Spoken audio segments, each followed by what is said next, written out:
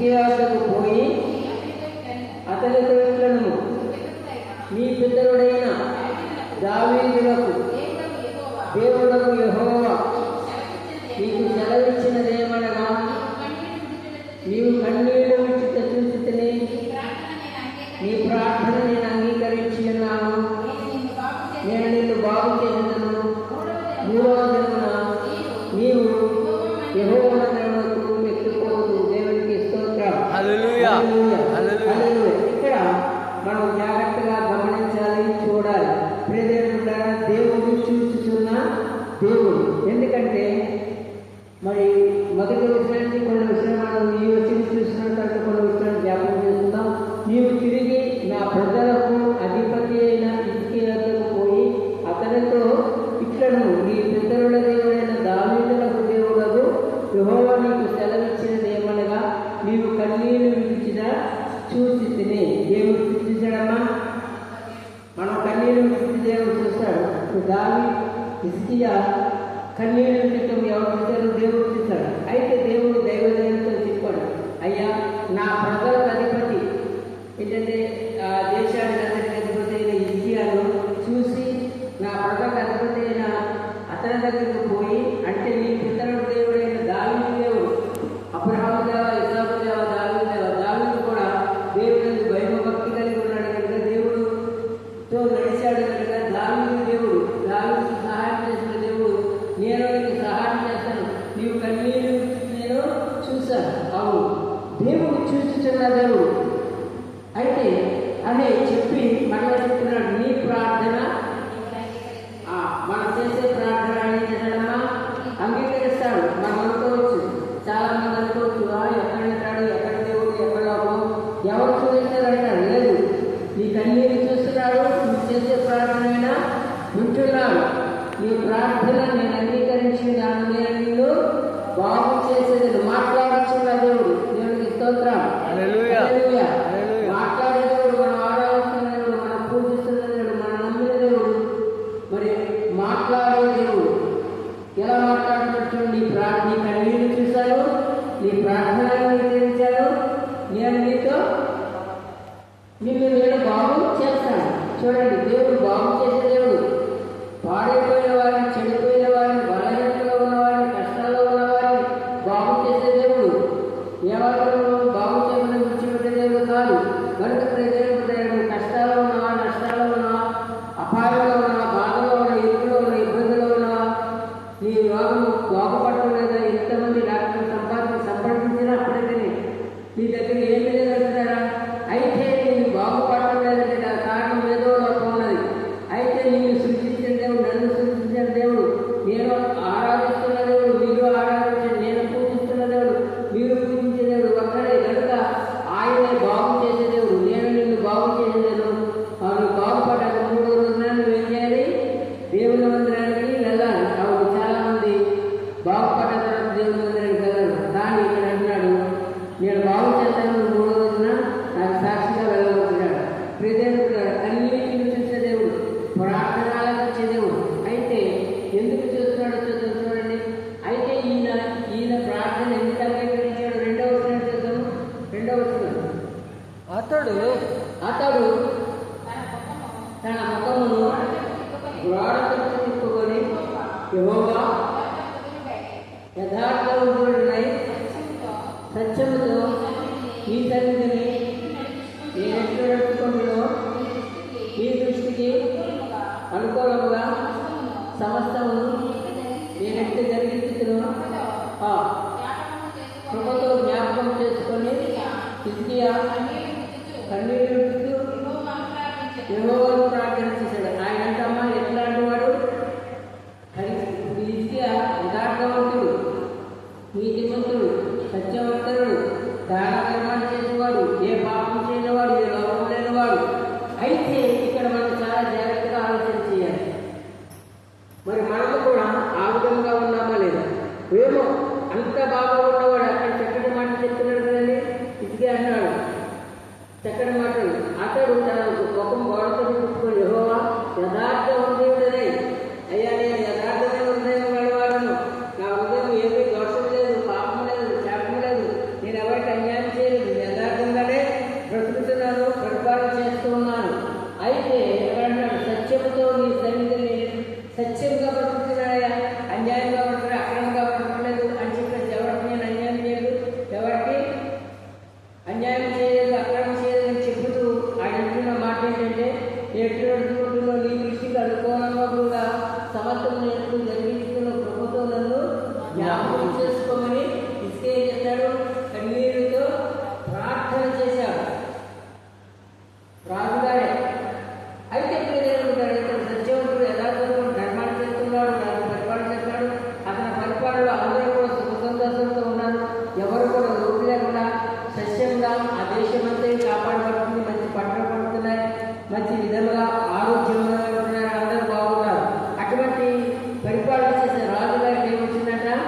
పైన చదివితే పైన చదివితే ఎలా ఉంటుందో చూడండి.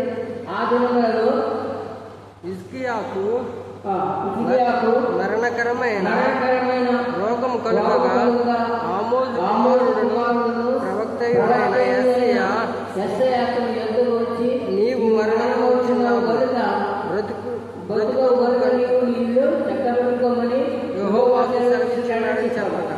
అయితే ఆ రోజుల్లో మరణకరమైన రోగం వచ్చిందే నీకు కలుగు బ్రతుకు కనుక నీ ఇల్లు నువ్వేం చేయాలి చక్కబెట్టుకోమని చెప్పినప్పుడు వెంటనే ఈ రాజుగారు ఏం చేశారు? దేవుని మాట దైవజనుల మాట విని అప్పుడు వెంటనే కన్నీరు కారుస్తూ గోడ వైపు చుట్టుకొని ముఖము, అయ్యా నేను ఎలా ప్రవర్తించాను, ఎంత బాగున్నాను, ఎంత మంచిగా మరి ప్రజలను పరిపాలించాను చూసావు కదా నాయన, మరి ఎందుకు నన్ను ఇలా చేస్తున్నావు, నాకు ఎందుకు రోగం వచ్చిందని చెప్పి బాధపడుతూ కన్నీరు కారుస్తూ తను తగ్గించుకొని దేవుని సన్నిధిలో ప్రార్థన చేయడం ప్రారంభించాడు.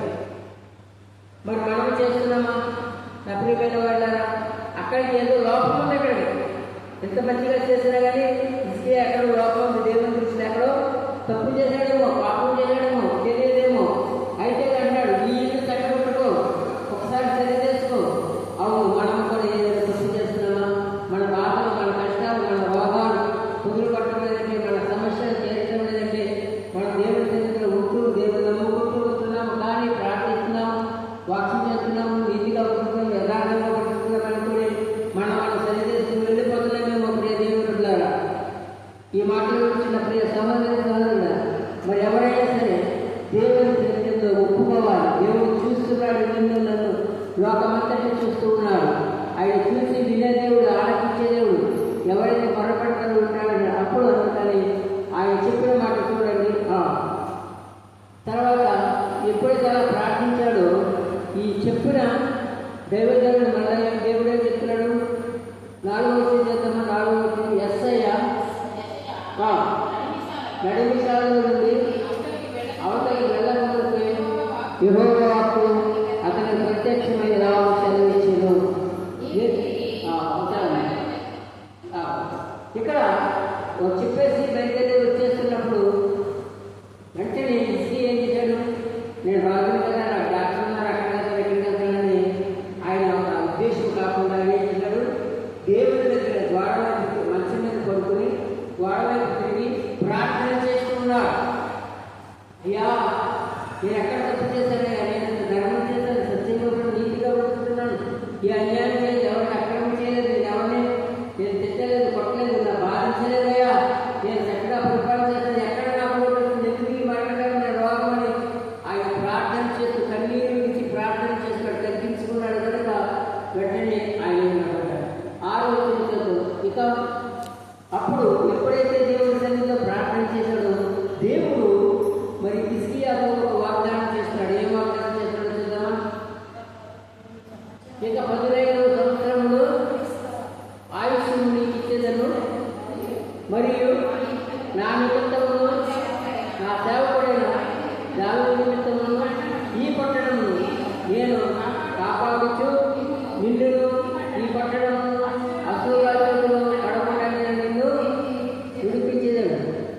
7వ వచనం, పిమ్మట యెషయా అంజూరపు పండ్ల మందు తెప్పించుడని చెప్పగా వారు దాన్ని తెచ్చి తుడుపు మీద వేసిన తరువాత అసలు బాగుపడదు. దేవునికి స్తోత్రం. హల్లెలూయా. మనం ఒప్పుకోవాలి. ఇక్కడ హిజ్కియా ఒప్పుకున్నాడు. అప్పుడు వెంటనే కన్నీరు కార్చాడు, చూశాడు, ప్రార్థన చూస్తున్నాడు. దేవుడు యెషయా మరణ ఆలకించిన దేవుడు నీ మరణమా, హిజ్కియా మరణ ఆలకించిన దేవుడు నీ మరణమా ఆలకిస్తాడు. మరణకరమైన వ్యాధి వచ్చినప్పటికీ, నీ బాధలు ఎటువంటివైనా, మరణకరమైన బాధలు ఉన్నప్పటికీ నువ్వు తగ్గించుకొని దేవుడి వైపు తిరిగి ప్రార్థన చేస్తే ఖచ్చితంగా దేవుడు ఏం చేస్తాడు? ఆ ప్రార్థన దేవుడు అంగీకరిస్తాడు, జవాబిస్తాడు తప్పనిసరిగా. అయితే ఇక్కడ హిజ్కియా తగ్గించుకొని ప్రార్థన చేశాడు కనుక ఆయన అంటున్నాడు కదా, ఇక 15 సంవత్సరంలో ఆయుష్ మీకు ఇచ్చేదని. మరణమే చచ్చిపోగల ఆయన చెప్పిన దేవుడు మరణం చేయని దేవుడు, జాలిపతుడు, కరుణామయుడు, కృపామయుడు, జాలి గల దేవుడు కనుక దేవుడు మరలా అతని యొక్క విన్నపమును, అతని యొక్క ప్రార్థనను తగ్గింపును చూసి ఇంకా 15 సంవత్సరాల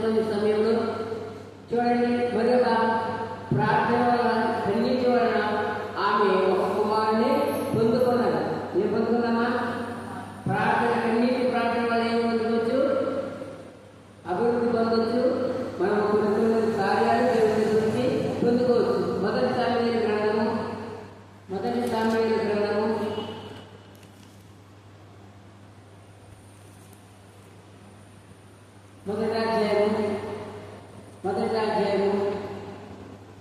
సామ్యుయేలు గ్రంథము మొదటి అధ్యాయము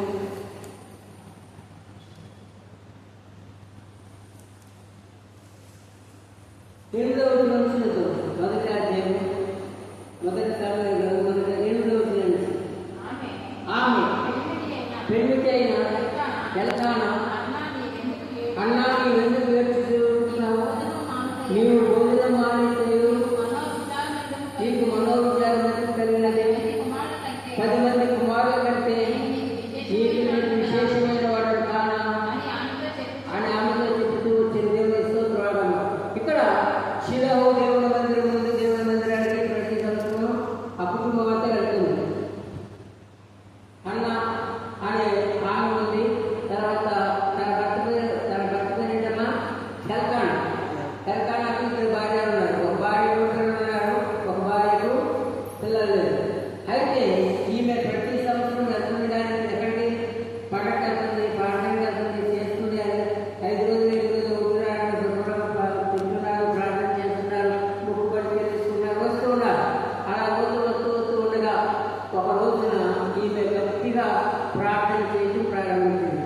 ఏడుస్తుంది. తన భర్త అన్నాడు, అయ్యా నీకు 10 మంది కుమారులు అంటే నేను ఎక్కువగా చూసుకుంటాను, ఎందుకు బాధపడుతున్నావు అని భర్తకు ఓదార్చేదిగా భర్త ఏం చేస్తాడు? ఓదార్పు చేస్తున్నాడు. నిజమే, కొన్నిసార్లు మన పరిస్థితులు కూడా కొన్ని పరిస్థితులు బట్టి ఇంట్లో వాళ్ళు ఓదార్చిన కొన్ని విషయాలు మనం పూడ్చుకోలేము, బాధను తప్పించుకోలేము, ఇరువురిని తప్పించుకోలేము. కనుక ప్రజలు అయితే ఈమె ఏం చేసింది? 9వ వచనం.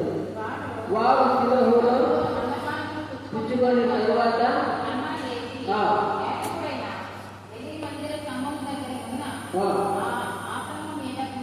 కూర్చుని ఉండగా బహు దుఃఖాక్రాంతురాలు వచ్చి యెహోవాను ప్రార్థన చేయడం చాలా. ఇక్కడ మనం జాగ్రత్తగా ఆలోచించాలి. సరే, ఆ పండుగ వెళ్ళారు, బాగుంది. ఆ పండుగ శుభ్రంగా ఆ రోజు వారికి ఉన్నారు. విలేసిన తర్వాత ఏం చేసి భోజనం చేసి కూర్చున్నారు. కూర్చున్న తర్వాత వీళ్ళందరూ ఎవరైనా మాట్లాడుకుంటున్నారు. కానీ ఈమైతే మందిరంలోకి వెళ్ళిపోయింది. ఎవరు? కన్నా. ఆ స్త్రీ ఏం చేసింది? మందిరంలోకి వెళ్ళింది. మందిరంలోకి వెళ్తే ఆ మందిరంలో దేవుని సేవకుడు కూడా మందసం దగ్గర బలిపీఠం మీద కూర్చుని ఉన్నాడు. అయితే ఆమె వచ్చి బహు దుఃఖంతో కన్నీరు కారుస్తూ ఏం చేసింది? ప్రార్థన చేసింది. దేవుని మందిరంలోకి వచ్చి ప్రార్థన చేసుకుంటే దేవుడు నీ యొక్క కన్నీటిని చూసి నీ ప్రార్థన ఆలోచించి నీ సమస్యలను తొలగిస్తాడు. ప్రజెంటున్నారు, జాగ్రత్తగా ఆలోచించాలి.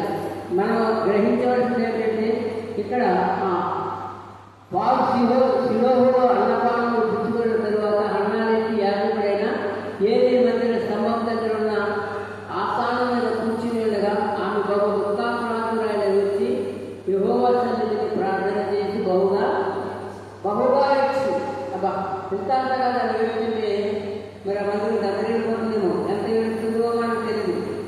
బహుగా ఏడుస్తుంది. చాలా మంది మందిరానికి వస్తారు, కానీ కష్టంకాలు చెప్పుకొని ఎస్ఐని ఉన్నాడని చెప్పుకొని ఏం చేయాలి? దుఃఖపడాలి, కన్నీరు కట్టాలి, ప్రార్థన చేయాలి. వచ్చి ఏదో పాట పాడేసి వినేసి వాక్యం వేసి వెళ్ళిపోవడం కాదు, ప్రార్థన చేయాలి ప్రత్యేకంగా. అందుకే ఉపవాస ప్రార్థనలు జరుగుతున్నాయి ప్రతి బుధవారం. మనం రేపు నుంచి మరి కొనసాగిద్దాము. ప్రతి బుధవారం కూడా కన్నీటితో ప్రార్థన చేసినప్పుడు దేవుడు ప్రార్థన ఆలకించి ప్రతి సమస్యకు జవాబు ఇచ్చేదేవు.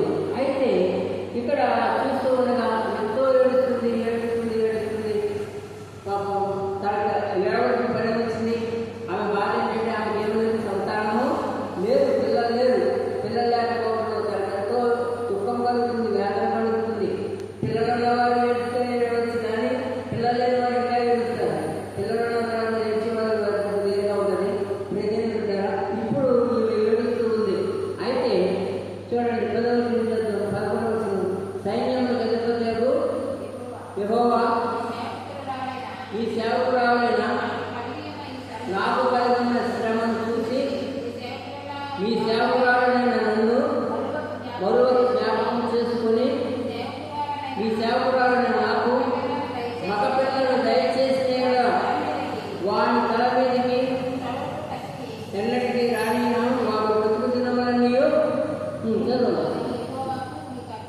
అప్పగించినని మొక్కుబడి చేసుకున్నాడు. ఆమె ఆమె యెహోవా సన్నిధిని ప్రార్థన చేస్తుండగా ఏలి దేవునికి స్తోత్రం. హల్లెలూయా. ఇక్కడ ఆమె ఏం చేస్తుంది? ఒక మొక్కుబడి చేసుకున్న ఒక కోరికను కోరుకుంటుంది. ఆమె మనసులో కోరుకుంటుంది, బయట కాదు. అర్థమైందమ్మా? ప్రభువా, ఇదిగో నేను వచ్చాను, ఈ సంవత్సరం వెళ్ళిపోతాను, తిరిగి నేను మళ్ళా నీ సన్నిధికి రావాలంటే నా ఖచ్చితంగా నువ్వు ఏం చేయాలి? ఒక పక్క పిల్లలు వస్తే వాడిని తీసుకొచ్చి మళ్ళీ నీకే అప్పగిస్తాను అని పట్టుదలతో ప్రార్థన చేస్తుంది. కానీ అయితే ఏడుస్తుంది, దుఃఖిస్తుంది, కన్నీరు కారుస్తుంది, పెదాలు వస్తున్నాయి, కానీ మాట మాత్రం బయటికి వినబడటం లేదు. అవును, దేవుడి సన్నిధిలో ఎవరైతే ఆ విధంగా మన యొక్క దుఃఖము, మన బాధలు, మన కష్టాలు చెప్పుకోవడానికి ఇష్టపడతామో ఆటోమేటిక్గా కళలు వస్తాయి, నీళ్ళు వచ్చేస్తాయి.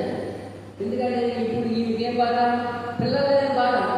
తన తరగతిగా పిల్లలు ఉన్నారు, ఈ పిల్లలు లేకపోవడం, ఎంతో మంది ఎన్నో మాట్లాడడం వల్ల దుఃఖపడుతుంది. కానీ ఆ దుఃఖం ఎక్కడ చేస్తుందంటే దేవుని సన్నిధిలో ఏడుస్తుంది, కన్నీరు కారుస్తుంది, వరపడుతుంది, మరపడుతుంది. దేవుని సన్నిధి, దేవుని మందిరంలో ఆమె కూర్చుని వింటున్నప్పుడు మరి దేవతలు బలిపెట్టిన కూర్చుని చూస్తున్నాడు, ఆమె చూస్తున్నాడు.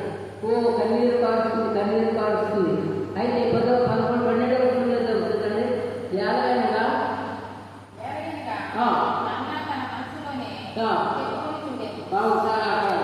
అన్న తన మనసులో ఏం చేస్తుంది? బాధంగాను చెప్పుకుంటుంది. ఎప్పుడైనా చెప్పుకున్నా నీ మనసులో బాధ, నీ కుటుంబ విషయం, నీ బిడ్డల విషయం కానీ, నీ పరిస్థితి విషయం కానీ, నీకున్న కష్టం కానీ చెప్పుకున్నా ఈ అన్న మాటలు చెప్పుకుంటుంది. అందుకని ఆమెకున్న బాధలు చెప్తుంది, ఆమెకున్న ఇబ్బందులు చెప్తుంది, ఆమెకున్న కష్టాలు చెప్తుంది. అయ్యా, ఇదిగో నాకు పిల్లలే ఇవ్వగా నీ సన్నిధిలో నేను మాట్లాడుతుంది. ఏమైనా సరే ఈ సంవత్సరం నాకు ఏం చేయాలి? ఒక బిడ్డను ఇవ్వాలి. ఇవ్వకపోతే నేను నాకు నీ సన్నిధికి ఇక రాను అని ఖచ్చితంగా దేవుని మందిరంలో ప్రార్థన చేసి చెప్తుంది. అయితే ఇక్కడ తగిన మాట ఏలైనగా అన్న తన మనసులోనే చెప్పుకోవచ్చుండేను. ఏం చెప్తామా? తన మనసులోనే చెప్పుకుంటుంది, బయటకు చెప్పడం లేదు. బయట ఎవరు వినపడలేదు, బయట ఎవరు కూడా ఇంటలేదు, బయటకు అందరూ ఏమి మాట్లాడటం లేదు. ఏం చేస్తుంది? తన మనసులోనే చెప్పుకోవాలి, తన మనసులోనే ధ్యానిస్తుంది. ఎందుకంటే మరి ప్రతి ఒక్కరు బాధలో ఉన్నప్పుడు, కష్టాల్లో ఉన్నప్పుడు, ఇంట్లో ఇబ్బందులు, సమస్యలు ఉన్నప్పుడు దేవుని సన్నిధిలో కన్నీరు కాచాలి, మనసులో దేవునికి చెప్పుకోవాలి, దేవుని సన్నిధికి రావాలి ఖచ్చితంగా. ఇప్పుడు ఇక్కడ ధ్యాన ప్రార్థన దేవుడు ఆలోచిస్తున్నాడు, దేవుడు చూస్తున్నాడు, దైవజనుడు చూస్తున్నాడు. కనుక దేవుడు దేవుని మందిరంలో ఒక దైవజనుడు, దేవుడు అభిషేకించిన దైవజనుడు ఉన్నప్పుడు ఆ ప్రాంతాన్ని దేవుడు ఆశీర్వదిస్తాడు, ఆ ప్రాంతాన్ని దీవిస్తాడు. మరి ఇందా కూడా మనం చూసినప్పుడు రాజు యెషయా ప్రవక్త యాజకుడు యెషయా ప్రవక్త అయిన యెషయాకు చూసినప్పుడు మరి హిజ్కియా ప్రవక్తను చెప్పినప్పుడు హిజ్కియా యెషయా మాటలు విన్నాడు. యెషయా చెప్పిన ప్రతిదీ ఆయన ఆలోచించాడు, ప్రార్థన చేశాడు. యెషయాను మరణమవుతున్నాడు, నీళ్లు చక్కబెట్టుకోబడినప్పుడు చక్కదిద్దుకున్నాడు. మనం కూడా ఏం చేయాలి? చక్కబెట్టుకోవాలి. మనం ఎలా ఉన్నాము, మనం ఏం చేస్తున్నాము, మనం ఎలా బ్రతుకుతున్నాము, ఏం చేస్తున్నాము, ఏ అన్యాయం జరుగుతుందా, దేవుడికి విరోధమైన పనులు ఏమైనా చేస్తున్నామా, దేవుడికి ఇష్టం లేని పనులు చేస్తున్నామా, దేవుడికి నచ్చని పనులు చేస్తున్నామా అనే దాన్ని కూడా మనము జాగ్రత్తగా ఆలోచన చేయాలి. అయితే అక్కడ కన్నీటితో ప్రార్థన చేశాడు, కన్నీటి ప్రార్థన దేవుడు ఆలోచించాడు. ఇక్కడ కూడా కన్నీటితో అన్న ప్రార్థన చేస్తుంది. అక్కడ రాజు గారు హిజ్కియా రాజు పరిపాలిస్తున్న రాజు గొప్పవాడు కనుక ఆ రాజు గారు కూడా తగ్గించుకొని దేవుని సన్నిధిలో మోకరించి గోడవైపు తిరిగి కన్నీరు కాచి ప్రార్థన చేశాడు. దేవుడి దగ్గర అయ్యా, నేను యథార్థంగా బ్రతకనయ్యా, సత్యంగా బ్రతకనయ్యా, నీతిగా బ్రతకనయ్యా, ఎవరికి అన్యాయం చేయలేదు, ఎవరికి అక్రమం చేయలేదు, ఎవరిని దోచుకోలేదు, నేను రాజులైతే కూడా ఎవరిని కూడా అన్యాయంగా నేను తీసుకోలేదు, అయినప్పటికీ నాకు ఎందుకు బాధ వచ్చిందని చెప్పేసి రాజుగారు కన్నీరు కాచారు. కన్నీరు కాచి దుఃఖంలో ప్రార్థన చేసినప్పుడు ఆ ప్రార్థన దేవుడు ఆలోచించి వెంటనే జవాబిచ్చాడు.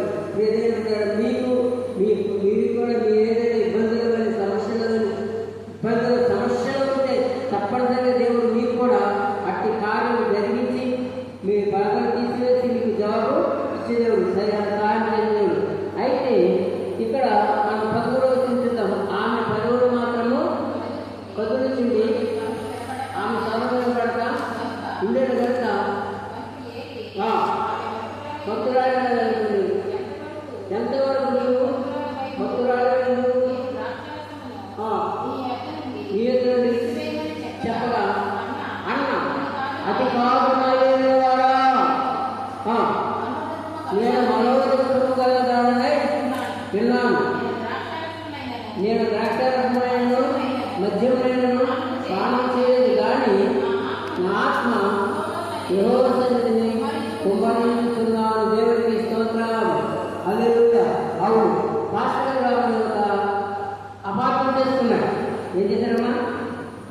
శరీరము గుర్తిస్తుంది.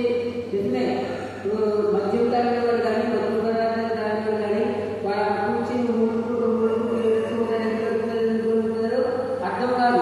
అలాగే ఈ కూడా గొడుగుతుంది. ఏం గొడుగుతుంది, ఏం ఏడుస్తుంది, తన మనసులో ఎంత దుఃఖంతో ఉన్నది, ఆ బాధ ఎవరికి తెలుసు, ఆమె యొక్క బాధ ఎవరికి తెలుసు, దేవుడికే తెలుసు, ఆమెకే తెలుసు. కనుక మరి దైవజనం ఏమంటున్నాడు, ఈ మీద బాగా ద్రాక్షారసం మద్యం చేయడం చెప్పేసింది. అందుకని ఇవాళ దుఃఖంగా ఉంది, వాడు వద్దురాగా ఉందని చెప్పేసి అనుకుంటున్నాడు. అయితే అమ్ముతుంది, అయ్యా నేను అలాంటి దానిను కాను, దేవుని సన్నిధిలో నా మనోదుఖము నా బాధను నా వ్యక్తం చేస్తున్నాయా, నా కుటుంబ పరిస్థితి, నన్ను అందరూ అవమానం చేస్తున్నారే, అందరూ నిందిస్తున్నారే, అందరూ నన్ను హేళన చేస్తున్నారే, నా కుటుంబస్తులు కూడా నన్ను హేళన చేస్తున్నారు. ప్రభువా, ఏంటి నా బ్రతుకు, ఏంటి నా పరిస్థితి అని కుమిడిపోతుంది, దుఃఖిస్తుంది, వేదన చెందుతుంది. ఒకవేళ బయటకు ఎవరైనా చెప్పినా కానీ అర్థం చేసుకునే పరిస్థితులు ఎవరు లేరు. అయితే అర్థం చేసుకునే వాడు ఒక్కడే ఉన్నారు, దేవుడు తప్ప ఇంకెవరు కాదని దేవుని మందిరంలో వచ్చి ఆమె కన్నీరు కాకుండా దుఃఖిస్తుంది, ప్రార్థన చేస్తుంది. దేవుడులారా, మరి అటువంటి పరిస్థితులు ఎవరైనా రండి, మీ కొరకు మేము ప్రార్థన చేస్తాం. నీవు కూడా ఖచ్చితంగా నమ్ముతే నీవంటే నమ్మవాలని ప్రతిదీ సాధ్యం. నువ్వు నమ్మితే దేవుడు తప్పనిసరిగా నా పరిస్థితులు బాగు చేసి నాకు ఒక మంచి బిడ్డను దయచేస్తారని ఆసక్తి కలిగి వస్తే ఖచ్చితంగా దేవుడు ఇచ్చే దేవుడు, దేవుడు ఆశీర్వదించే దేవుడు. అందుకే అబ్రహాము దేవ, ఇస్సాకు దేవ, యాకోబు దేవ లేడు, నా దేవుడా అని మనము రోధిస్తున్న దేవుడు. అయితే తర్వాత ఆయన ఏం చెప్తాడు చూద్దాం, 16వ వచనం చూద్దాం, చూడండి.